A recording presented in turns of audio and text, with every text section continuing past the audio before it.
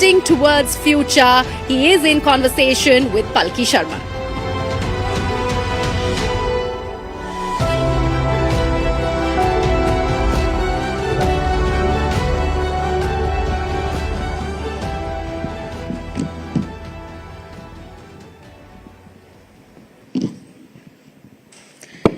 He has seen the world from a perspective that we can only imagine. 400 kilometers above the Earth's surface, orbiting the planet at what, 28,000 kilometers an hour.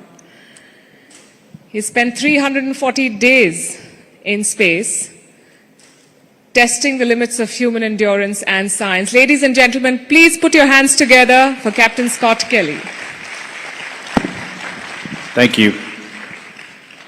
First question, which I'm sure is in the minds of everyone watching here. What is it like to be in space? You know, spaceflight is probably one of the most exciting things you can do for, I think, most people. Certainly not for everyone. You know, there's the excitement of the launch. In my case, I flew 2 missions on the space shuttle, 7 million pounds of thrust instantly on liftoff. There's the microgravity, which is fun to float around and fly around. Makes most things harder to do, however. Certainly the view of the Earth is absolutely spectacular. Coming back is also amazing, you know, returning to this wonderful planet that we have. But what I like the most about flying in space is that it's a really, really hard and challenging thing to do. Probably one of the most challenging things you can do. A job that has immense risk, but likewise much reward. And to be able to do it with an incredible group of people, your colleagues that you fly in space with, people on the ground, I think for me, the challenge and the team that you get to do it with is the best part about it, however. What does a typical day look like on the International Space Station, and what is not so typical about your day there? Well, a typical day, we operate on the space station on Greenwich Mean Time. So you generally wake up, 6 in the morning, Greenwich time. You might do some quick science experiments that involve taking like medical samples of yourself that you have to do when you wake up. Quickly do your morning activities like making believe you're taking a shower by, moving the dirt around on your body with a washcloth, having a quick breakfast. And then the next 12 hours is a combination of doing science experiments, doing general maintenance, kind of like things you would do in your home just to keep it operating, and then fixing the hardware that may break, that's unexpected.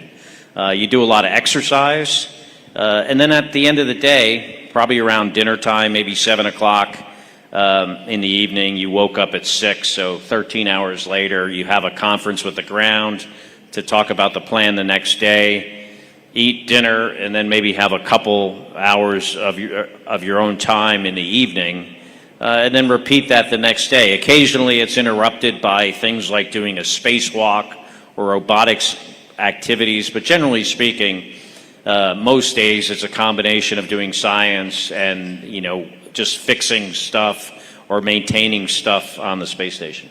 Do you get the weekends off? We get like 1 day off generally a week if things are going normally. So it's mostly about 6 days of work a week with a Sunday off. You generally exercise either 6 or 7 days a week. Some people exercise every single day. I had to always take a day off. It was more like a mental health day for me, where I had to just relax and try to do nothing if I could get away with it. Yes, I'll come to mental health in a bit, but I'm sure you're asked this a lot. You spent almost a year up in space. What is the one thing that people on Earth tend to underestimate or not really understand about being in space? Well, I think a lot of people think that the microgravity would be the most awesome thing ever. Whether it's, being able to go from here to the other side of the room very quickly with little effort. Yeah, that's fun. but it makes most things that you do so much more difficult when you can't put anything down. You always have to either stick it in your pocket, tape it to the wall, Velcro it somewhere. There are two things that are easier. Everything else is harder, and that is moving stuff that is heavy because it no longer has weight, still has mass. You have to be conscious of things that have a lot of mass when you're moving it around. And then just putting your body in different positions to do your work. That's very easy to do that. Everything else is harder, including sleeping. I think, we evolved sleeping in gravity, and for me, there are certain aspects of sleeping in space that are more comfortable and certain aspects that are less comfortable, and overall, I just always prefer to sleep in a nice bed with a pillow. Right. I suppose most people's point of reference is the Big Bang Theory. I'm sure the real deal is different. You want to comment on that? I was just going to say I've never seen it. Oh, you've not? Okay. How does it change your body? And I know that you have a twin, and when you came back after 340 days up in space, then NASA studied the genetic and physical changes. What was it about that report that surprised you the most?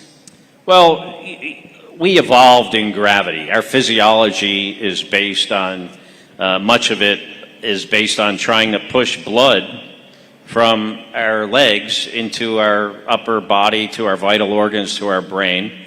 And in the absence of that gravity, our cardiovascular systems don't have to work as hard, whether it's your heart or your blood vessels constricting to keep that blood up. On my last mission, that was 340 days, I lost 25% of my heart mass. My wife Amiko there says, good thing I had a big heart beforehand. It all came back eventually. But you lose bone mass, you lose muscle mass, 1% each for every month you're in space if you didn't do anything about it. So like, if you were in space for 100 months and you never exercised, you'd have no skeleton left. You'd be like, I don't know, Gumby, a little toy that has a rubbery kind of toy. There's a fluid shift to your head that can be very uncomfortable. That never quite goes away. Even after my last day in space of 340 days, I still had a head that felt swollen.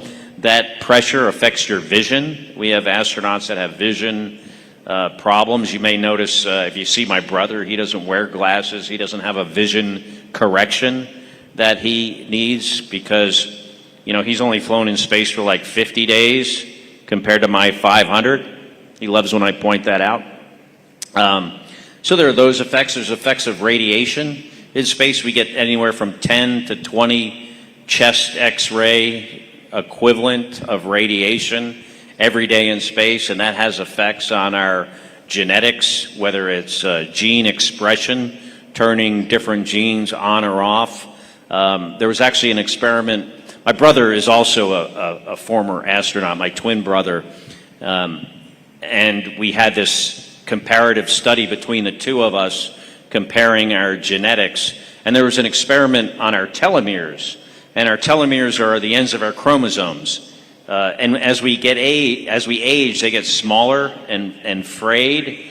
It's really an indication of our physical age. And the hypothesis of this experiment was that me in space, the stress, maybe the radiation, things that they don't know, my telomeres would have certainly got older or smaller or more damaged compared to his, but they actually got better. And NASA was really surprised about this. When you have an experiment and the hypothesis is the exact opposite from the results, that's quite surprising. You're trying basically to prove the hypothesis. And it was the opposite. Mine got better compared to his. Initially, we thought it was due to the controlled diet and the exercise. But about 6 months after I got home, NASA learned that the Japanese Space Agency had a telomere experiment going on the same time I was on the space station with these little worms, and their telomeres got better too, just like mine did. And I never once saw those guys working out on the treadmill or doing any kind of exercise. So there was more to it than that. And we actually learned that radiation can exercise your telomeres in a good direction. May have some other negative effects, but at least your telomeres are getting better. That's very interesting. And these are all tangible changes that one can measure. What about the psychological toll that it takes to be up there? How do you deal with the isolation?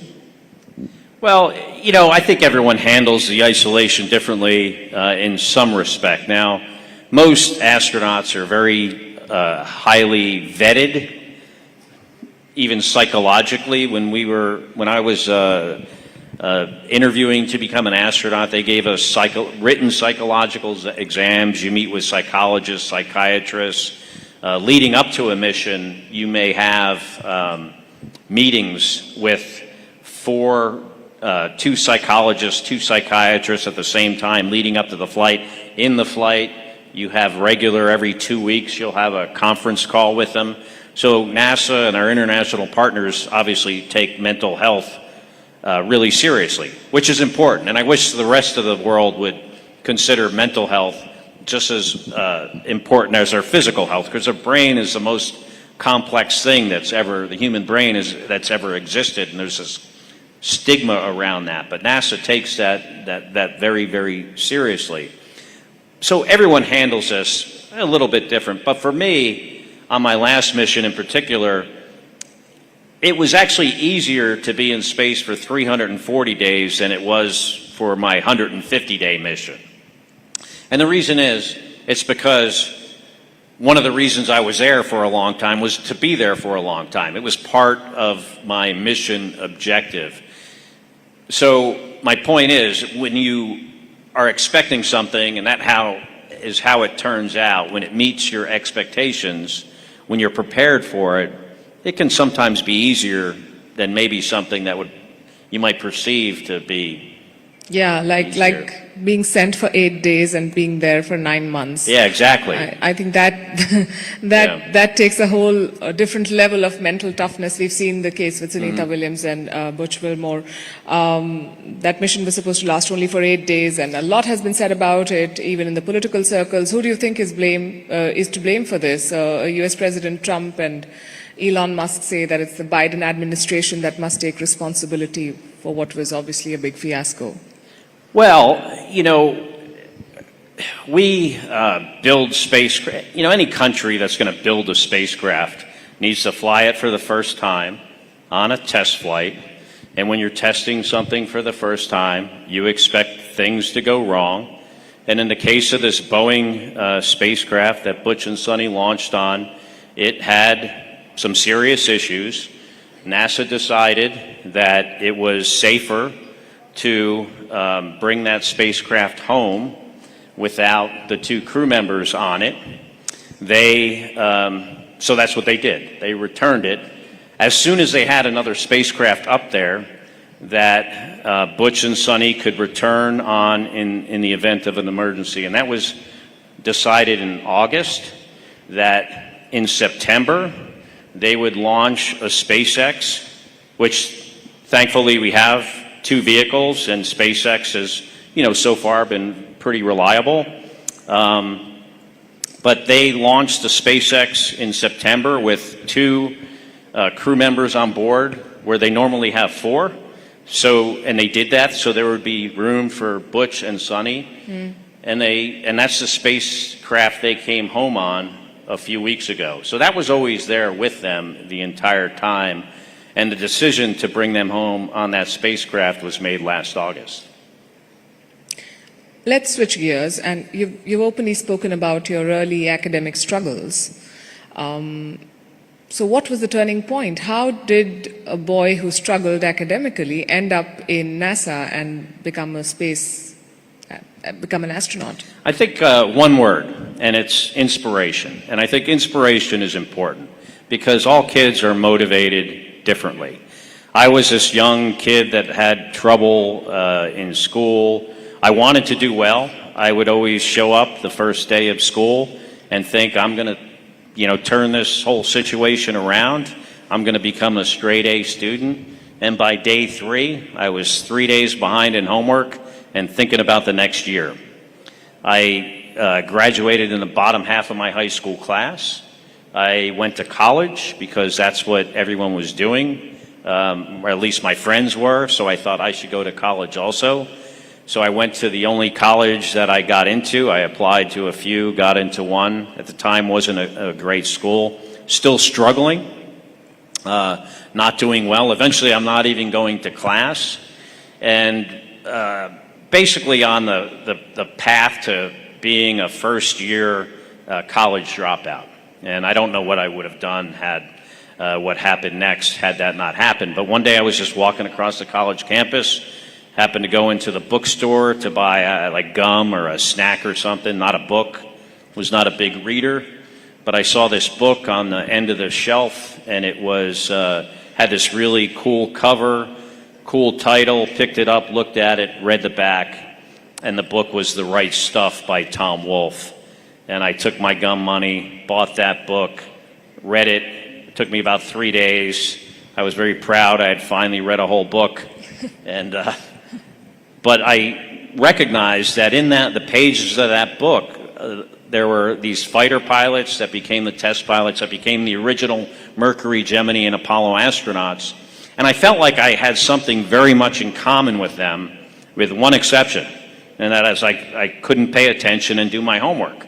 And I didn't do well in school, but if I could only become a good student, you know, maybe I could graduate from college someday, maybe I could go on and you know, be a pilot in the Navy, maybe if not the Navy, maybe the Air Force, generally easier. I know that doesn't translate well here, but, you know, military guys in the U.S. laugh at that joke.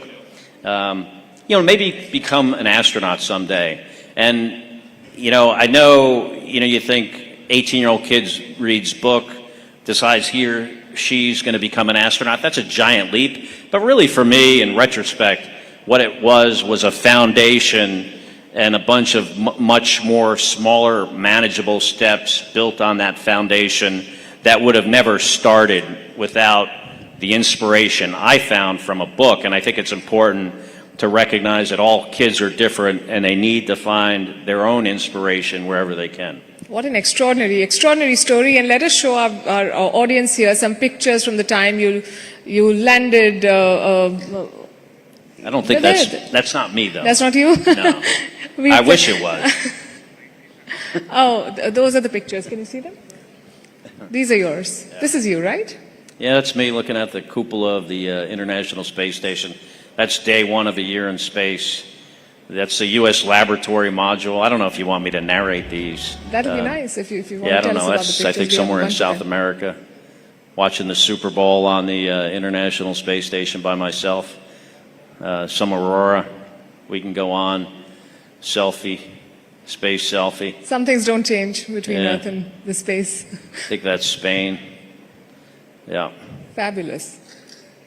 What a story, what a story. What is your message to young people? You spoke about inspiration and you judged a book by its cover and it changed your life. But I'm sure it took a lot of discipline as well from what you told me about what a typical day on the space station is like. How do you strike a balance and what should they do to sort of maybe strike big, go to space, achieve their dreams? Well, I think it's important for... you know, I know a lot of kids want to be astronauts, and they'll come to me sometimes and say, hey, I want to be an astronaut, what should I do? And I tell them, hey, choose the career field that you like, that you're interested in. Certainly, if you want to work in the space industry, it probably should be something that's technical, you know, science, mathematics, engineering. But choose something you like, because if you don't like it, you're not going to do well in it.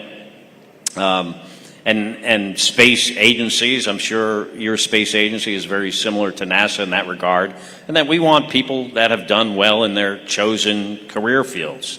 That's very important, because that's probably the biggest indicator of how you're going to do in your next job, how you've done in your past job. But I think it's very important for people to love their work. I always felt like in my 20 years in the Navy, my 20 years working at NASA, some of that, 25 years in the Navy, 20 at NASA, they overlapped a lot, that it was never a job. It always felt to me like a hobby that I was just fortunate to get paid to do, and I wish everyone else would have that kind of privilege to have a career like that.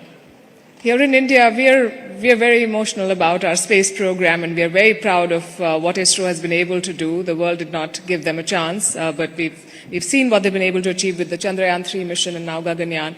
How do you see ISRO's rise? How do I see what? ISRO's rise, the Indian Space Agency's rise, and what they've been able to do. I think it's, over the you mean years. Indian Space Agency. I think it's very exciting. I mean, landing on the South Pole of the moon. I've met, recently we had our every other year astronaut reunion in Houston. I got to meet a couple of the Indian astronauts that are training there, particularly the guy, I guess, who's going to fly the first mission on the Indian rocket. Very professional, very excited. I think you have a great future. You definitely have the technology to be successful and the talent to be successful. Like what I mentioned earlier, my brother, who's it's kind of ironic that he used to say this years ago, you know, as an example, going to Mars, it's not about rocket science. It's about political science. Because we really have the technology we need. We know what we need to do it. What we need is the public support to elect officials that believe in the mission, that believe in science, so they can provide the funds to get there. So, yeah, I think as long as your country is excited about it and supports it, you'll be absolutely will be successful. Captain Scott Kelly, thank you very much for your words of inspiration and for sharing your fabulous story with our audience here. Thank you. Thank you. My pleasure. Thank you.